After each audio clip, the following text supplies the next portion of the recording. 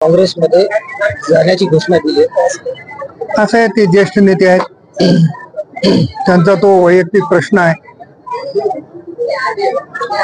माझी आणि त्यांची जेव्हा भेट झाली तेव्हा मी त्यांना विनंती केली की आपण जाऊ नये, परंतु माझ्यापेक्षा त्यांना जास्त अनुभव आहे, राजकारणामध्ये खूप वर्ष काम करतायत, त्याच्यामुळे या विषयावर मी बोलणं उचित होणार नाही.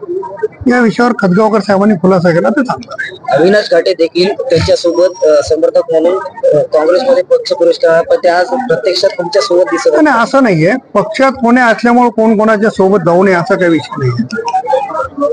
मी जेव्हा युथ काँग्रेसचा अध्यक्ष होतो तेव्हा अविनाशराव घाटे युवक काँग्रेसचे उपाध्यक्ष होते. तेव्हापासूनची आमची मैत्री आहे. चिखलीकर कुटुंब आणि घाटे कुटुंब म्हणजे मधुकररावजी घाटे साहेब आणि माझे वडील कैलासवासी गोविंदरावजी पाटील चिखलीकर हे दोघंही मित्र होते. तेव्हापासून एक कुटुंबाचा संबंध आहे. त्याच्यामुळं त्यांनी कोण्या पक्षात जावं, त्यांनी माझ्यासोबत राहू नये असं नाही. माझ्यासोबत काँग्रेसवालेही राहू शकतात, शिवसेनावाले, शेवटी मित्रत्व आहे. पक्ष म्हणून काम करताना मी भाजपचं काम करेल, ते ज्या पक्षात असतील त्याचं काम करेल.